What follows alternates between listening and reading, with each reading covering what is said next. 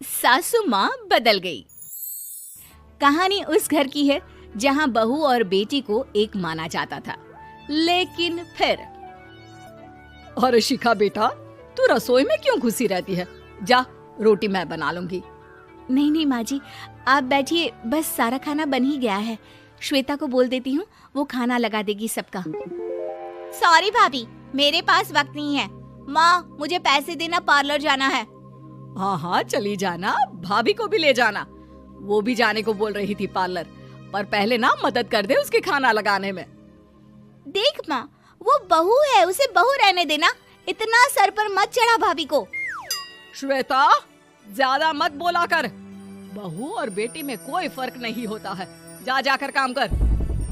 ननद को माँ का भाभी से इस तरह प्यार करना बिल्कुल अच्छा नहीं लगता। वो बार बार किसी न किसी तरह माँ को भाभी के खिलाफ भड़काती रहती, लेकिन कोई फायदा ना होता। एक रोज, अरे बेटे किशन, जा बहू को कहीं घुमा कर ला, सारा दिन घर में काम करती रहती है। हाँ हाँ माँ, हम लोग जा रहे हैं ना गोवा। अच्छा जी, भाभी ने तो हमें बताया भी नहीं। वैसे तो सारी पंचायत करती है, ये गोवा वाली बात क्यों छुपा गई हमसे? अरे क्योंकि उसे खुद नहीं पता था बहन। मुझे टिकट सस्ती मिल रही थी तो मैंने बुक कर दिया। हाँ शिखा, पैकिंग कर ले, संडे हम जा रहे हैं गोवा। दोपहर में शिखा पैकिंग कर रही थी कि सास आ जाती है। ये क्या बहू, साड़ियाँ? अरे गोवा जा रही है घूमने या फिर शादी में मायके हैं? माँ जी, ऐसा कुछ है ही नहीं, समझ में नहीं आ रहा क्या रखूं कपड़े में। अरे तेरी और श्वेता की साइज तो एक ही है, उसके कुछ मॉडर्न कपड़े ले ले, आकर लौटा देना। हाँ माँ जी, ये ठीक रहेगा। शिखा श्वेता के पास जाती है और उससे कपड़े मांगती है। ना जी ना, मैं अपने कपड़े ना दूं, वैसे भी फैल जाएंगे मेरे कपड़े, बहुत महंगे वाले हैं। शिखा मुंह लटकाकर कमरे में आ जाती है तो सास कहती है, चल तैयार हो जा, तुझे मैं शॉपिंग करा कर लाती हूँ गोवा की। बस फिर क्या था, सास बहू निकल जाते हैं मार्केट और एक से बढ़कर एक ड्रेस खरीद कर घर आते हैं। पहले बता देती कि नए कपड़े दिलाने वाली है भाभी को, तो मैं अपने ही दे देती ना भाभी को, मुझे दिला देती नए कपड़े। देख श्वेता, परिवार का मतलब सबके साथ रहना होता है, ना कि सिर्फ अपना सोचना। वैसे भी तुझे अच्छे संस्कार सीखने चाहिए। और रही बात कपड़ों की, तो शिखा, आज से घर पर भी तू मॉडर्न कपड़े ही पहनेगी। कोई जरूरत नहीं है ये साड़ी वाड़ी लपेटने की। अब क्या था, घर पर श्वेता और शिखा एक जैसे रहते। एक बार पड़ोसन आती है।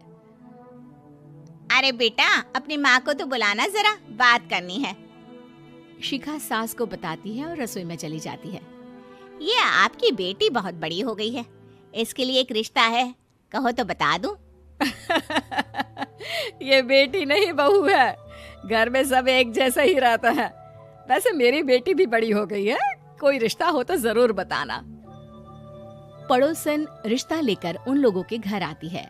तब श्वेता की होने वाली सास कहती है, तो ये घर है, कितने मंजिल का है? और ये बहू ने आपकी क्या पहन रखा है, जीन्स टॉप? अरे भाई, साड़ी वाड़ी नहीं है क्या इसके पास? देखिए, सर्दी है तो साड़ी में बहू कैसे मैनेज करती, वैसे पहनती है साड़ी भी। देखिए, हम लोग ठहरे पैसे वाले लोग, कोई कमी नहीं है हम लोगों के पास पैसों की, बहुत पैसे हैं, जमीन, नौकर चाकर, कार, सब कुछ है, लेकिन घर में संस्कारी बहू चाहिए। समझ रही हैं ना आप? सास कुछ कहती कि श्वेता बोल पड़ती है, हाय रे, नौकर चाकर से लेकर जमीन, कार, पैसा, हाँ हाँ, मुझे रिश्ता मंजूर है मुझे। अरे रुक जा श्वेता, मैं बात कर रही हूँ ना। देखिए, हम लोगों के घर इतनी आजादी नहीं मिलेगी। अरे हाँ कर देना माँ, हाँ कर दे जल्दी से। सास क्या करती, बेटी की शादी ऐसे घर में कर देती है जहाँ ना उनके विचार मिलते हैं और ना ही आचार। शादी के बाद एक रोज फोन पर, श्वेता बेटा, एक बार घर आ जा, बहुत दिल करता है तुझे देखने का। माँ, वो घर पर बहुत काम होता है, कैसे आऊँ? बड़ा घर है, लेकिन आने जाने वालों की लाइन ही लगी रहती है। बेटा मैं तो जानती थी उस घर का हाल, लेकिन तू ही नहीं मान रही थी। माँ देख, हर घर का यही हाल है। तेरी बेटी को यहाँ घूंघट हटाने की परमिशन नहीं है और एक तरफ भाभी स्कर्ट पहनकर घूम रही है। बेटा मुझे क्या पता था कि मेरी बेटी को ससुराल के नाम पर पिंजरा मिल जाएगा। अच्छा माँ, फोन रखती हूँ, सास को गर्मा गर्म रोटी खिलानी है। तुम लोगों की तरह नहीं कि एक रोटी बनाओ, एक सब्जी बनाओ, फिर सारा दिन फ्री होकर घूमो। सास फोन तो रख देती है, लेकिन सोच में पड़ जाती है कि एक तरफ बेटी जिसे कोई आजादी नहीं, वहीं दूसरी तरफ बहू जिसे देखकर लगता ही नहीं कि उसकी शादी भी हुई है। अगले रोज। शिखा, अरे ओ शिखा। हाँ माँ, क्या हुआ? कुछ चाहिए आपको? मैं जिम जा रही थी। जिम के कपड़ों में बहू को देखकर सास को घूंघट में अपनी बेटी का ख्याल आता है। देख बहू, घर में बहू की तरह रहा कर। इतने टाइट कपड़े पहनकर जिम जाना पसंद नहीं मुझे। जा जाकर रोटी बना। रोटी? माँ अभी तो शाम के 6 बजे हैं, इस वक्त रोटी? अब क्या मेरे खाने पीने पर भी पहरा है? अरे जब मर्जी तब मैं अपने घर में खा भी नहीं सकती क्या?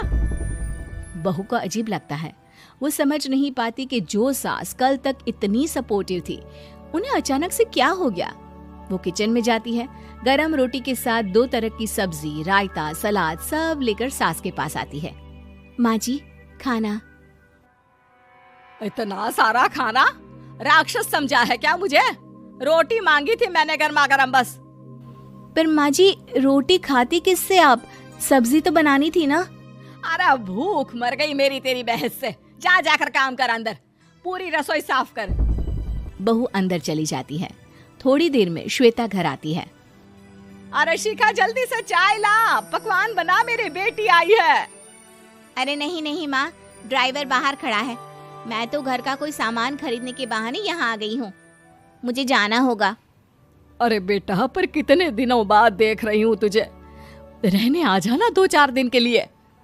आ जाऊंगी माँ, जब मेरी सास मरेगी तब। मैं तो रोज मन्नत मानती हूँ कि मेरी सास मर जाए तो अच्छा है। अच्छा चल, जा रही हूँ माँ। हे भगवान, कैसे कैसे दिन देखने पड़ रहे हैं मेरी बेटी को। सास अंदर जाती है, जहाँ श्वेता की जिम वाली सहेली का फोन आया होता है। क्या बात है, आज जिम नहीं आई? अरे पता नहीं यार, आज माँ को क्या हो गया अचानक। पर खैर कोई नहीं, लगता नहीं कि मैं अब जिम आ पाऊंगी। शिखा स्पीकर पर बात कर रही थी, जिसे सास सुन रही थी। यार ये सास ना होती ही ऐसी है। मैं तो कहती हूँ बुढ़िया जल्दी मरे और तू आराम से जिए। शिखा को सहेली की बात पर गुस्सा आ जाता है।